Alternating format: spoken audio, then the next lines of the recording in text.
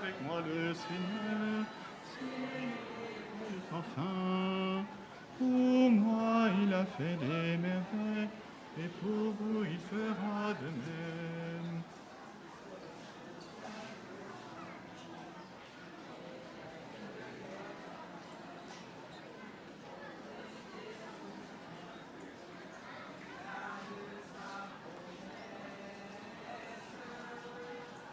Chantez avec moi le Seigneur, célébrez le sans fin. Pour moi il a fait des merveilles, et pour vous il fera de même. Au nom du Père et du Fils et du Saint-Esprit, le Seigneur soit avec vous. Grande joie de vous retrouver cet après-midi, d'une part parce que nous fêtons la résurrection. Dans ce temps pascal, nous sommes dans la joie du ressuscité.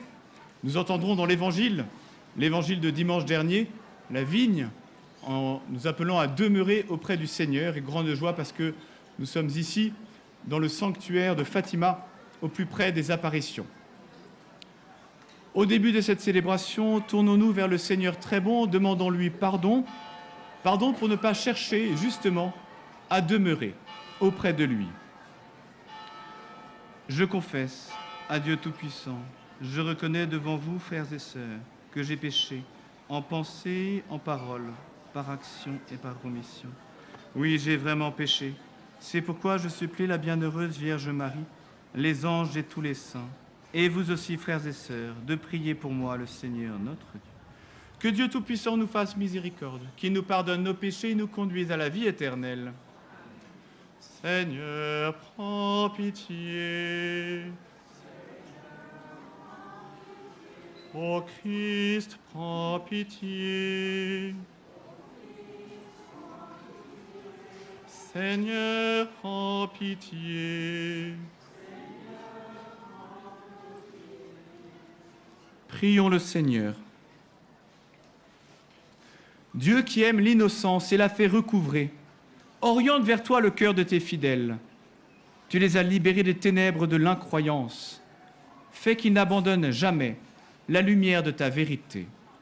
Par Jésus-Christ, ton Fils, notre Seigneur, qui vit et règne avec toi dans l'unité du Saint-Esprit, Dieu, pour les siècles des siècles.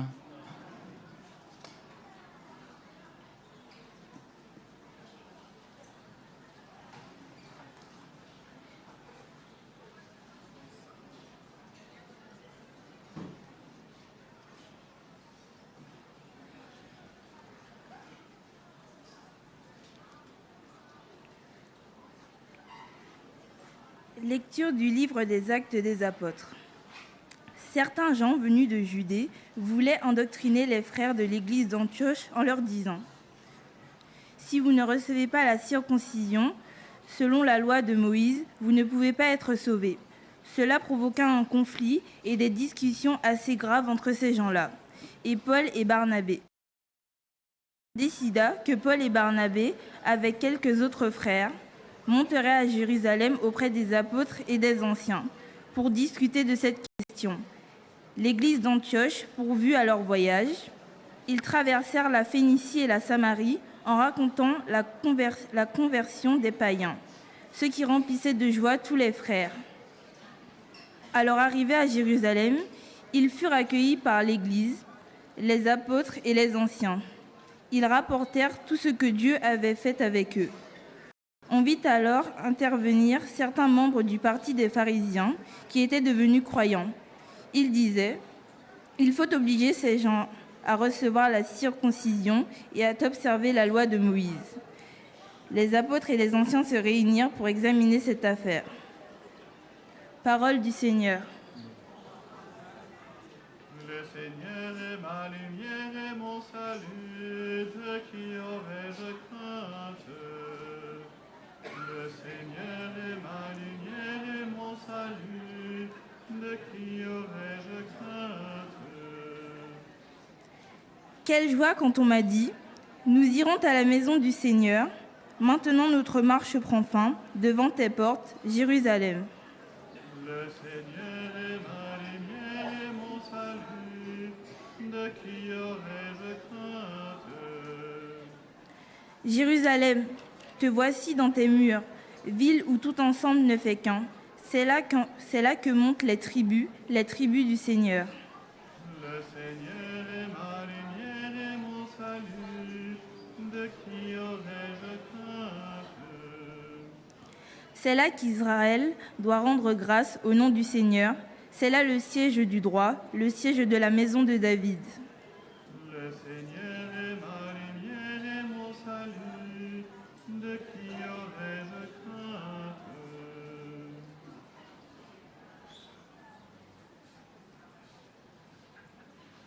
Alléluia, Alléluia, Alléluia, Alléluia, Alléluia, Alléluia, Alléluia, Alléluia. Nous appartenons au Christ ressuscité d'entre les morts pour porter du fruit à la gloire du Père. Alléluia, Alléluia, Alléluia, Alléluia, Alléluia, Alléluia, Alléluia, Alléluia. Le Seigneur soit avec vous. Évangile de Jésus-Christ selon saint Jean.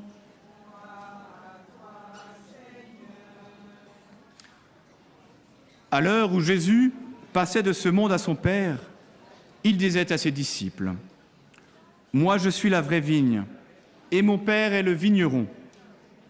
Tout sarment qui est en moi, mais qui ne porte pas de fruit, mon Père l'enlève.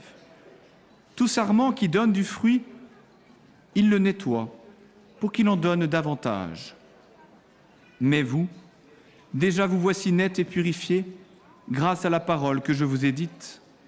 Demeurez en moi, comme moi en vous. De même que le sarment ne peut pas porter du fruit par lui-même s'il ne demeure pas sur la vigne, de même vous non plus, si vous ne demeurez pas en moi. Moi je suis la vigne, et vous les sarments.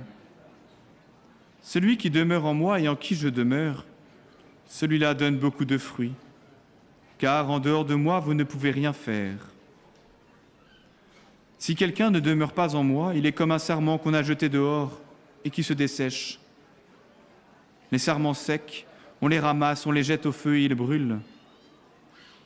Si vous demeurez en moi et que mes paroles demeurent en vous, demandez tout ce que vous voudrez et vous l'obtiendrez. Ce qui fait la gloire de mon Père, c'est que vous donniez beaucoup de fruits. Ainsi, vous serez pour moi des disciples. Acclamons la parole de Dieu. Seigneur Jésus.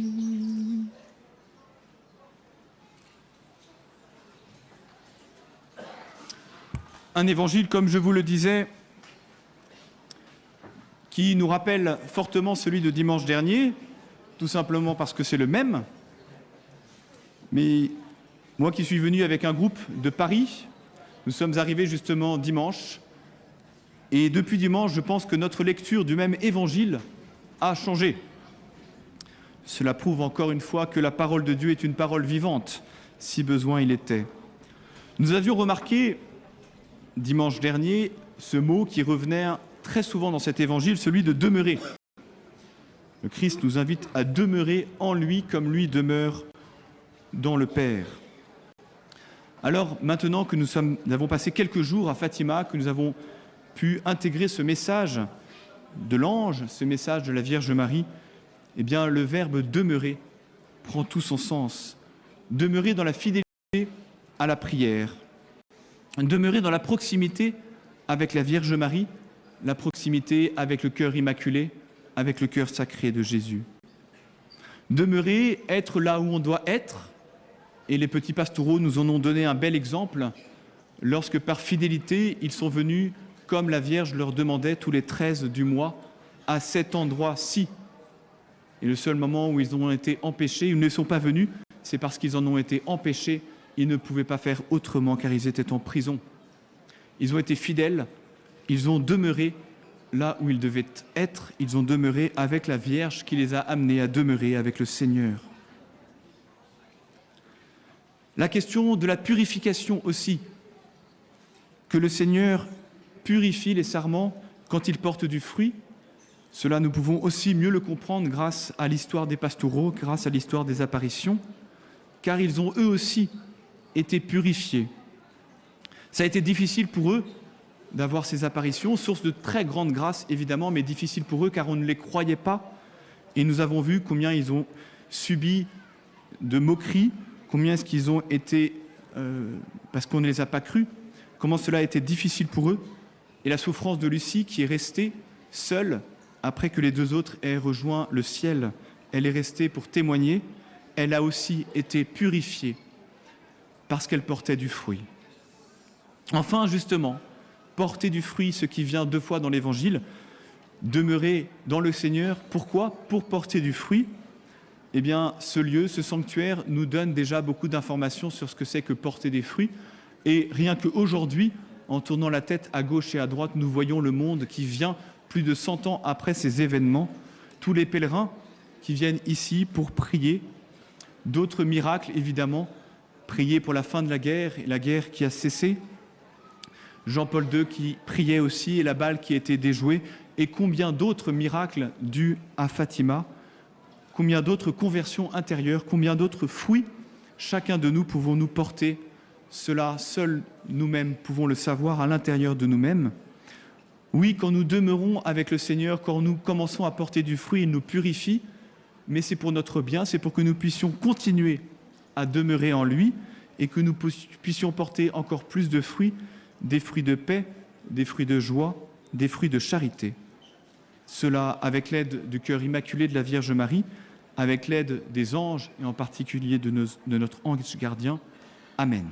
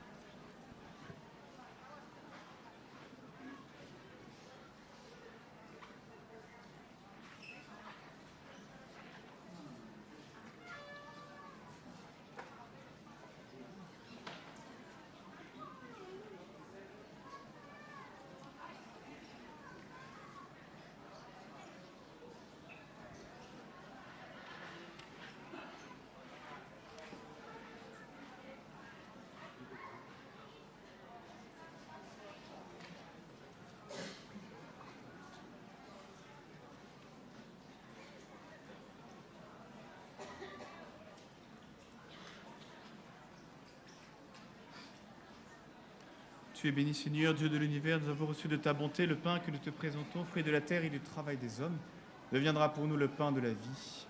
Béni soit Dieu, maintenant et toujours.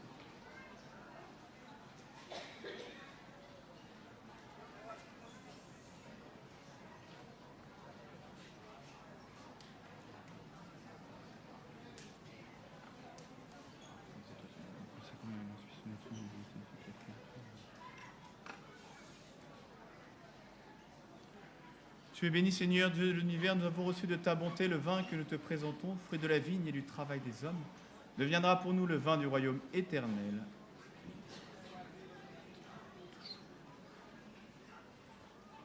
Le cœur indécompris.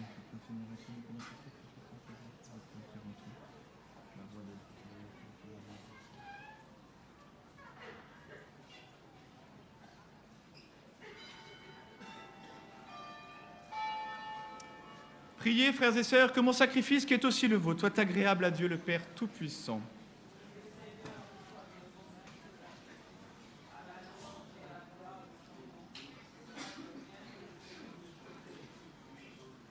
Donne-nous, Seigneur, de te rendre grâce toujours par ces mystères de Pâques.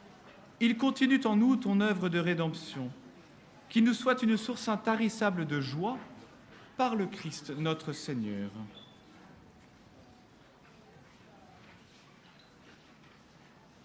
Le Seigneur soit avec vous. Élevons notre cœur. Rendons grâce au Seigneur notre Dieu. Vraiment, il est juste et bon de te glorifier, Seigneur, en tout temps, mais plus encore en ces jours où le Christ, notre Pâque, a été immolé. Grâce à lui se lèvent des enfants de lumière pour une vie éternelle et les portes du royaume des cieux s'ouvrent pour accueillir les croyants. Oui, nous te rendons gloire, car sa mort nous a franchis de la mort, et dans le mystère de sa résurrection, chacun de nous est déjà ressuscité. C'est pourquoi le peuple des baptisés, rayonnant de la joie pascale, exulte par toute la terre, tandis que les anges dans le ciel chantent sans fin l'hymne de ta gloire. Saint, Saint, Saint, le Seigneur, Dieu de l'univers, le ciel et la terre sont remplis de ta gloire. Hosanna au plus haut des cieux. Béni soit celui qui vient au nom du Seigneur. Hosanna au plus haut des cieux. Toi qui es vraiment saint, toi qui es la source de toute sainteté, Seigneur, nous te prions. Sanctifie ces offrandes en répandant sur elles ton esprit, qu'elles deviennent pour nous le corps et le sang de Jésus, le Christ, notre Seigneur. Au moment d'être livré et d'entrer librement dans sa passion, il prit le pain. Il rendit grâce, il le rompit et le donna à ses disciples en disant : « Prenez et mangez-en tous. Ceci est mon corps, livré pour vous. »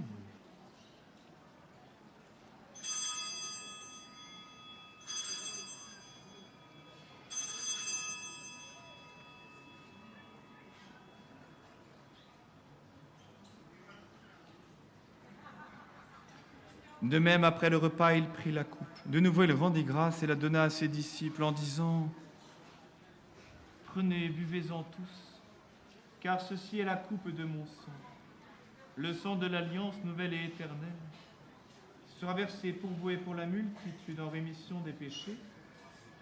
Vous ferez cela en mémoire de moi. »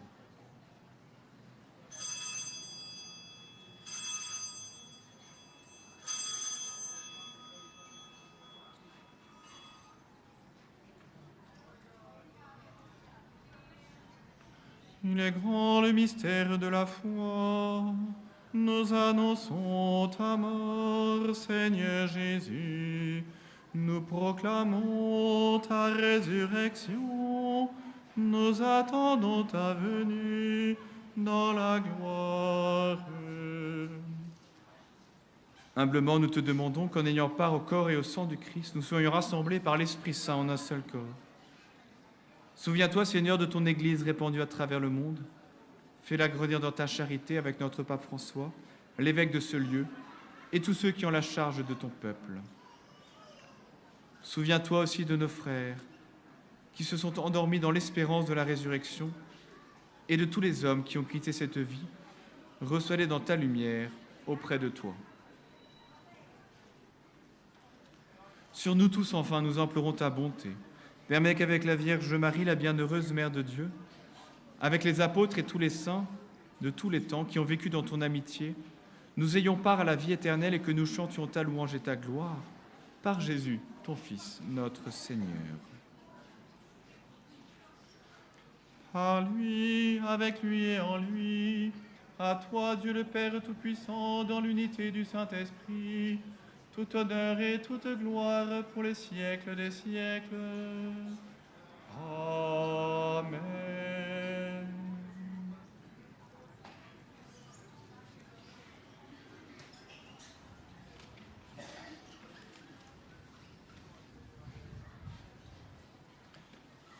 Comme nous l'avons appris du Sauveur et selon son commandement, nous osons dire : Notre Père, qui es aux cieux, que ton nom soit sanctifié, que ton règne vienne, que ta volonté soit faite sur la terre comme au ciel.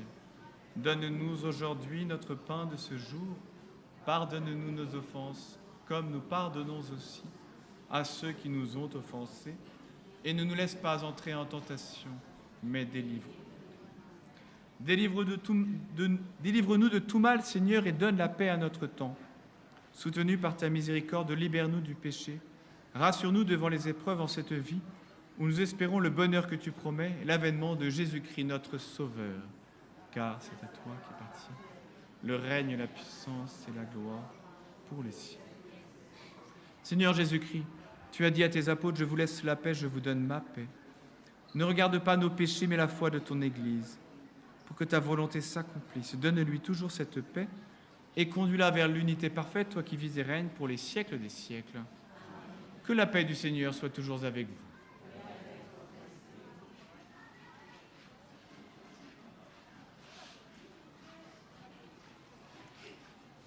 Agneau de Dieu, qui enlève les péchés du monde, prends pitié. Agneau de Dieu, qui enlève les péchés du monde, prends pitié de nous. Agneau de Dieu, qui enlève les péchés du monde, donne-nous la paix.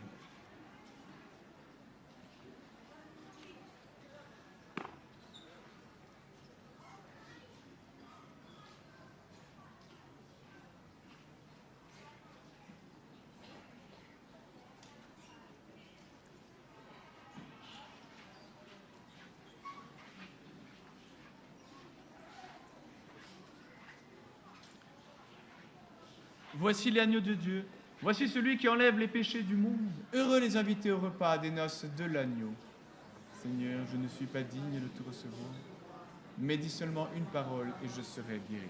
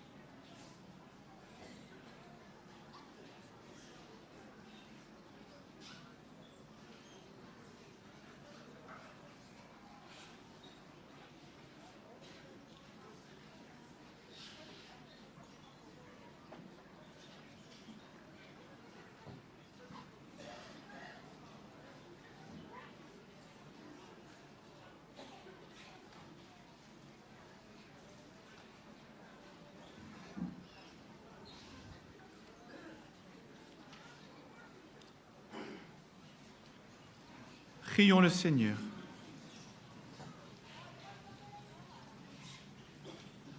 Écoute nos prières, Seigneur, que cet échange mystérieux où l'homme est racheté nous soutienne durant la vie présente et nous apporte les joies éternelles. Par le Christ, notre Seigneur. Le Seigneur soit avec vous. Que Dieu Tout-Puissant vous bénisse, le Père et le Fils et le Saint-Esprit. Allez dans la paix du Christ.